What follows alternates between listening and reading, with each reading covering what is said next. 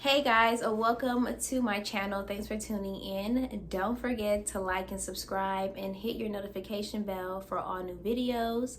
Today we'll be diving in on how to learn to speak your voice and how to really show up in the world with your own authentic self, your own voice, your own opinion, your own intellect. And I wanted to give you some tips on how I do that and how I started to implement that into my life. So now I don't have as much issues that came along with not speaking your voice. Some background. So from early childhood, I had a lot of abuse, mentally, sexually, physically, and from that point nothing ever transpired from it. So I always felt like my voice just wasn't heard, so I stopped speaking about a lot, and I started to become more in tune with myself inside and just really introverted, hard on trusting people, period, and very observant. And I became to the point where I can read your body language, I can read your lips, I can read your energy, I can watch you from a distance and understand everything that's going on with you just by the way you're sitting, by the way your facial expression is, by your hand gesture, especially if I've been around you for a while and I notice how you are in a calm situation or a relaxed, and then I look over and now I can see the tenseness in you, your face balled up, you're breathing hard, your eyes are rolling, all these type of things I pay attention to, and I'm very observant. So when people think that I'm just sitting around being quiet and I'm dumb, I'm actually watching you. Because since I've been through so much trauma and it's so hard for me to trust people, I've learned how to protect myself is watching people and not really speaking, because I want to make sure everything you doing I'm tracking, and it's honestly I would say it's a good thing, and then it can become a bad thing because not everything I read is correct. But for 9 times out of 10, when I'm reading your energy and I'm reading facial expressions and I'm watching you and I'm paying attention to you, and that's what I do when I meet people, because like I said, I don't trust people, so I'm always paying attention to people. I'm always looking at them from a distance. I'm watching if they lips moving, what they saying. I watch all of that, and I really learned how to read lips really well when I did sign language classes. But anywho, moving on, I became too observant and not speaking. So people started to use me in a way where they thought like I didn't have no brain cells. And when it turned out that I did, they were just, I guess, shocked. But for me, I was never shocked because I always knew. But it brought me into a lot of conflicts and a lot of miscommunication, a lot of misinterpretations, and also a lot of physical context. Because when people think you don't think, or you don't have like a brain cell, or you don't have any intellect, they try to use you and misuse you. And then what ends up happening is once people try me like that, then I go into a mode where, okay, now you're gonna see another side. Now I'm gonna show you this side where you're gonna be baffled because I was never stupid. But I just think that not speaking my voice gave me that image. Now, I'm not a stalker. I'm gonna tell y'all right now, I'm not a person that's running around watching people. But if I feel like, if you my friend or anybody that's around me in my life, I'm watching you, period. Because I like to learn people and I'm very observant. I like to notice when they mood changes, or if they lying to me, what they do, how they lips move, how their eyes move. I watch that type of stuff because that stuff is serious, and people do have a tendency of speaking their truth on their face. So I just watch that. I watch people's actions. I watch and I pay attention to the word, and then I look and I think, how long is it gonna take them to break that? And that's literally how I think, and I pay attention to that type of stuff. And I think that's also helped me throughout life to stay away from a lot of dangerous situations, because I lived a rough lifestyle before I decided to change. And only reason why I think I stayed safe during a lot of that is because in my earlier years I had went through so much trauma, and I learned how to protect myself. I learned how to watch people. I know when something to go down because I'm watching you. I'm watching the door. I'm watching everything. I'm watching, like a lot of people, you can always tell when somebody got a gun. I don't know. It's just me because I just know people and I've been in that situation, but I could always tell when someone's carrying. It's just observation, and I'm very good at that. Number two is engaging in conflict. I know that sounds weird. I'm not saying conflict where I'm running towards somebody trying to start an argument over something stupid. I'm stating like, if someone has an opinion about something and I disagree, I'm going to disagree.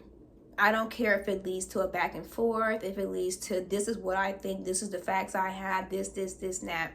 I'm going to still state my opinion. And reason why being is because I've learned just in the past that people will say something to me and I never really realize that they want my response or that they want to see what I think. So I won't say nothing because it's not a question. It's not really telling me nothing. It's just a blank statement. And to me, I don't respond to those because that's also a thing for me. I feel like, okay, this person is asking this question because they're trying to think about what I think. But why do they want to know that? And maybe that's me. I'm an overthinker. So yeah, I had to learn to just speak up right off bat because I'll get in my mind. I'll start unpacking things that don't even align. So speaking up for me is speaking up and engaging in conflict by saying things that I disagree with, saying things that I find are more interesting, or just speaking stuff I like to do. Because a lot of times I found myself doing things that I didn't enjoy doing because I wasn't speaking up. Let's give hiking an example. For years I've been hiking. For years I've hated it. And it's just not a thing for me. I'm not a fan of bugs. I feel like my whole time I'm hiking, I'm literally looking for bugs. Because I know what bugs can do to you. And I don't want them on me. And they're disgusting. Anyways, so I don't like bugs, and hiking was not fun for me because out there is all type of wildlife and I'm not a fan of it. I like to watch it, you know, from the glass screen, not real life. But yeah. One more thing I found myself doing by trying to avoid conflict is going to a lot of strip clubs. I can't stand a strip club. I don't care what nobody say. There's literally no fun in there. Unless you literally like sitting around looking at naked women all day, then yes. But to me, like, I found no pleasure in sitting down, looking at somebody swing around a pole and shake something, because I can do that. Like, I can swing around a pole, I can climb up, I can drop, I can pop. What am I here for? I'm not getting no pleasure. There's nothing I'm gaining from here. I never even understood why men went there. I think that for me, when I used to watch that, it honestly was just loneliness. And I honestly looked at those men's like, I won't even say that word because people get offended, but it started with a T. And I just, yeah, I don't care who you was. If you was up in there, you was a T. I even think for the D boys that go up in there, like, you got to be a T because you can move that anywhere. You know, you up in there for another purpose, to be a T, period. And that's how I look at that. But anyway, we're not going to get on that topic. I wanted to get to number 4. And this is when slow down when speaking. So sometimes, like with my anxiety and with like just speech in general, I learned to just slow down and articulate how I speak because people were misinterpreting me for having accents, and people were misinterpreting me or like making fun of the way I speak because typically I speak fast. Like, especially if I get angry or if I'm excited about something, I'm speaking real fast, and some people can't understand that. And so I had to learn how to slow down and really articulate my words, because also I think I have like I think you call like a lisp or whatever, like your tongue, like certain words don't come out like correctly. So I don't have the best speech, you know, and I wasn't grew up with no speech therapist where I was practicing articulating words.